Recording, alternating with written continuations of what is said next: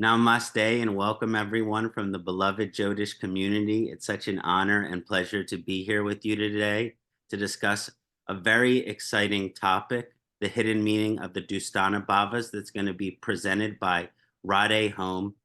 I'm very excited to have her on my channel today. She's a student of Sam Sadasiva Jeppy, and the topic or theme of the conference this year is the future of Jyotish, and she's one of the many exciting astrologers we have that's going to be ushering in the new generation of Jyotish. It's such an honor and pleasure to have you here, Radha.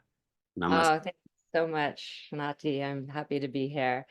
Um, we're going to be talking about the hidden blessings of the Dusthana houses, which are the often feared houses of the sixth, eighth, and 12th house. So this is my entrance into the dark void.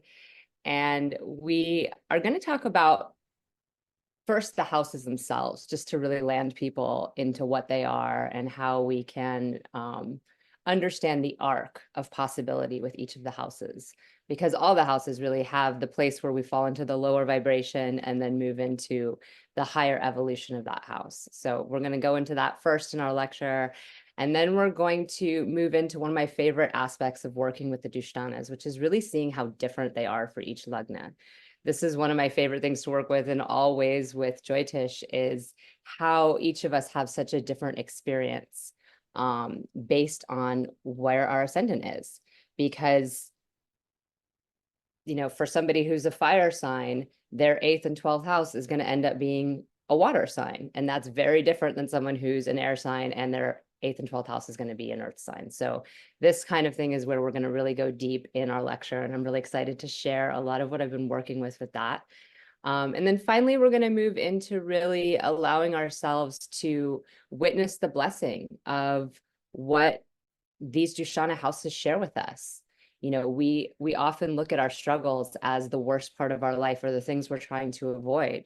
But the more we can embrace them as the thing that brings us closer to Sanatana Dharma, to our highest truth, the more we recognize how much of a blessing they really are. Our struggles, the things we can't control with the 8th house, you know, and also the ways in which we feel disappointment and have to learn to just surrender.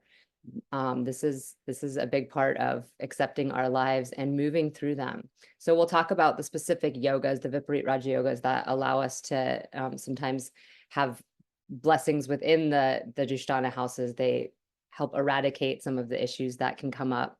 And then one of my favorite uses for Viparit Raja yogas is with event timing, with muhurta. The ability to use them in conjunction with Raja yogas to find perfect timings for things is one of the greatest little add-ons. If you're looking between a couple different times and there's, you know, there's Viparit Raja yogas and there's not, I always go for the ones that have that little extra blessing of just unwinding some of the things that could go wrong.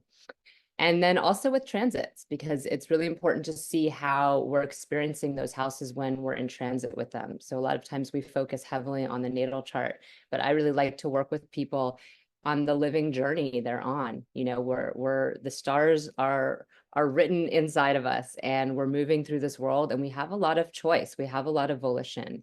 And the more we can see what we're facing with a really clear eyes, the more we can start to evolve that experience. So we'll go through some case studies with people in their natal charts, and also maybe of some event timing.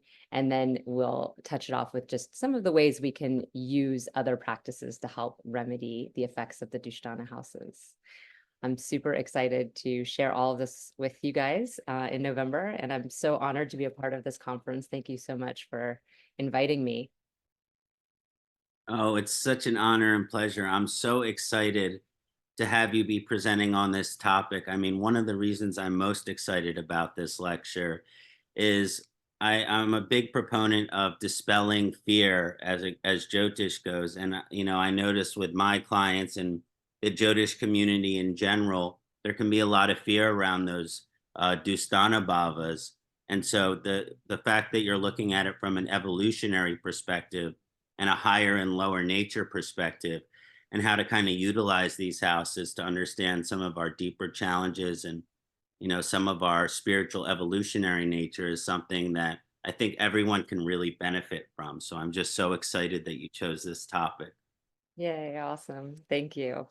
I'm excited to share it.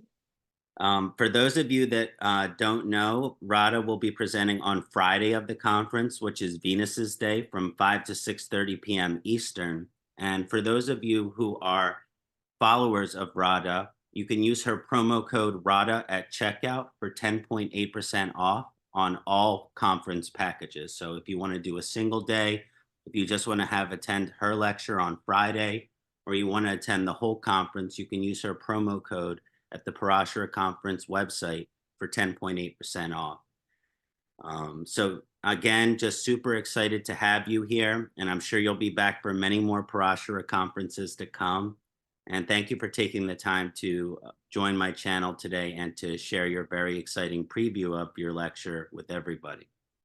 Oh, thank you so much. I really appreciate you. Namaste. Namaste.